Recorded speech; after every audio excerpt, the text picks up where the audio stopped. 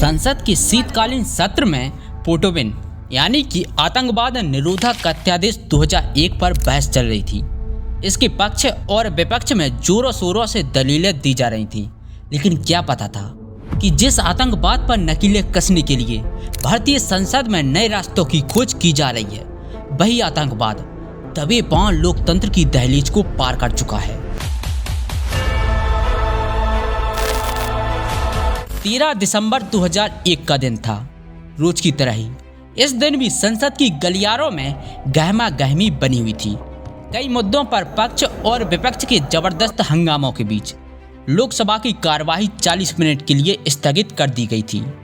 इसके बाद तत्कालीन प्रधानमंत्री अटल बिहारी वाजपेयी और लोग भी, साथ में विपक्ष की नेत्री सोनिया गांधी, अपने अपने सरकारी आवास की तरफ बढ़ गई। वही संसद की कार्यवाही से ब्रेक लेकर सांसद और सुरक्षाकर्मी भी सर्दी की गुनगुनी धूप का आनंद लेते हुए परिसर में टहल रहे थे। ये वक्त था 11:20 का। लेकिन तभी पार्लियामेंट के गेट नंबर 11 पर हलचल तेज हो जाती है, क्योंकि तत्कालीन उपराष्ट्रपति कृष्णकांत जी का काफिला निकलने को तैयार था। सिक्योरिटी गार्ड अपनी पोजीशन लेते हैं और ऐसे में सभी का ध्यान इसी तरफ था।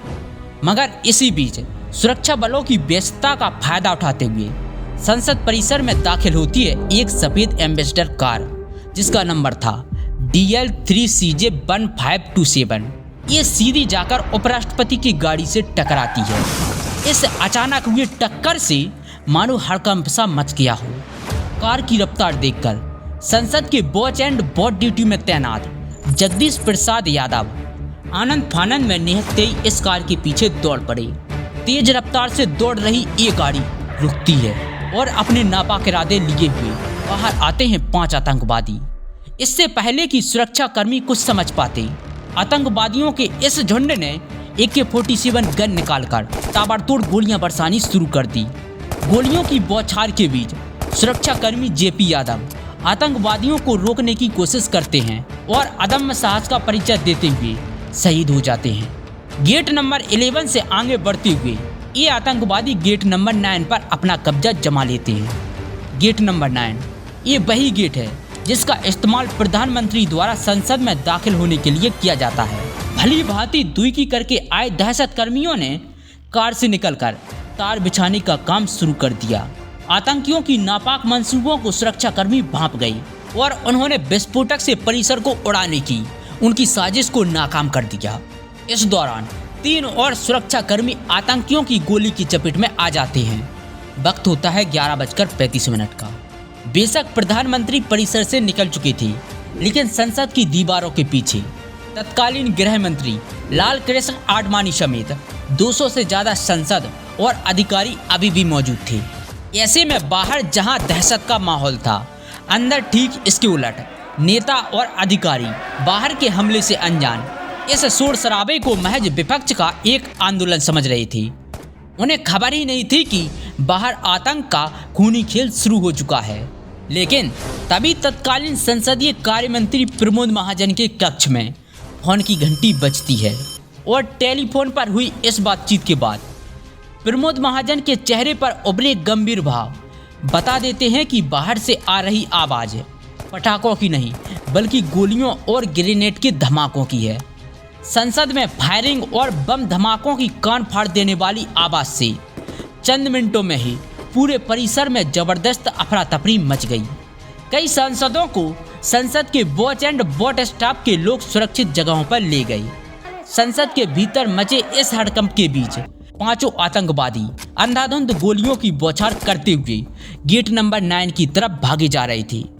गेट नंबर 9 और उनके बीच का फासला कम होता जा रहा था, लेकिन इसी बीच एक सुरक्षा कर्मी ने अपनी सूझबूझ से गेट नंबर 9 के दरवाजे को बंद कर दिया।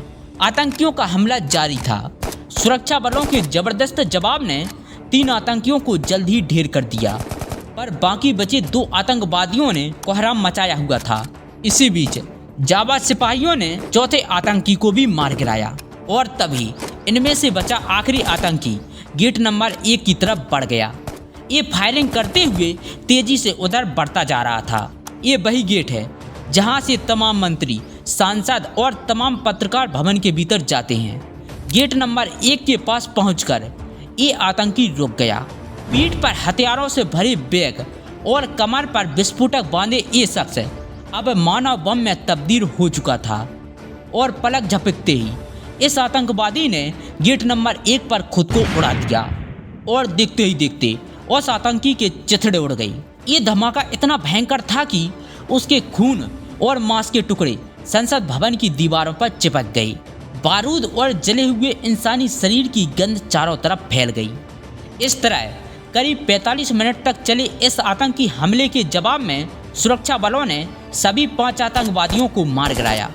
अब गोलियों और धमाकों की आवाज़ की जगह एम्बुलेंस के सायरेंस ने ले ली थी, क्योंकि इस हमले में करीब 9 से ज़्यादा लोग मारे गए थे, जिनमें से एक महिला कर्मी भी शामिल थी। इस हमले ने पूरे देश को झकझोर दिया था और हमले के बाद तत्कालीन मंत्री ने इसे चुनौती बताया और कहा कि आतंकवाद के खिलाफ भारत सख्ती से अपनी लड़ाई करेगा और उन्हें मुंहतोड़ जवाब देगा।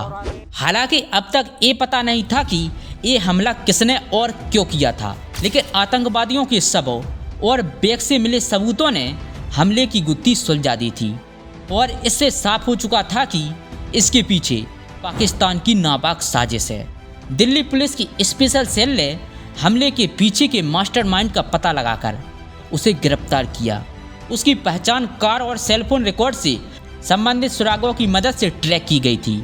इसमें जम्मू कश्मीर लिबरेशन फ्रंट का सदस्य अफजल गुरु, उसका चचेरा भाई शौकत हुसैन गुरु, उसकी पत्नी अफसा गुरु और एक दिल्ली यूनिवर्सिटी में अरबी भाषा का प्रोफेसर SAR गिलानी शामिल था। मामला सुप्रीम कोर्ट पहुंचा, लेकिन सबूतों के अभाव में इनमें से प्रोफेसर सैयद अब्दुल रहमान गिलानी और अफसा गुरु को बरी कर दिया गया, पर अफजल की मौत की सजा पर मुहर लगा दी गई। वही शौकत हुसैन को 10 साल की सख्त सजा दी गई। और फिर इसके बाद आया 9 फरवरी का वो दिन जब अफजल गुरु को दिल्ली की तिहाड़ जेल में सुबह 8 बजे फांसी पर लटका दिया गया।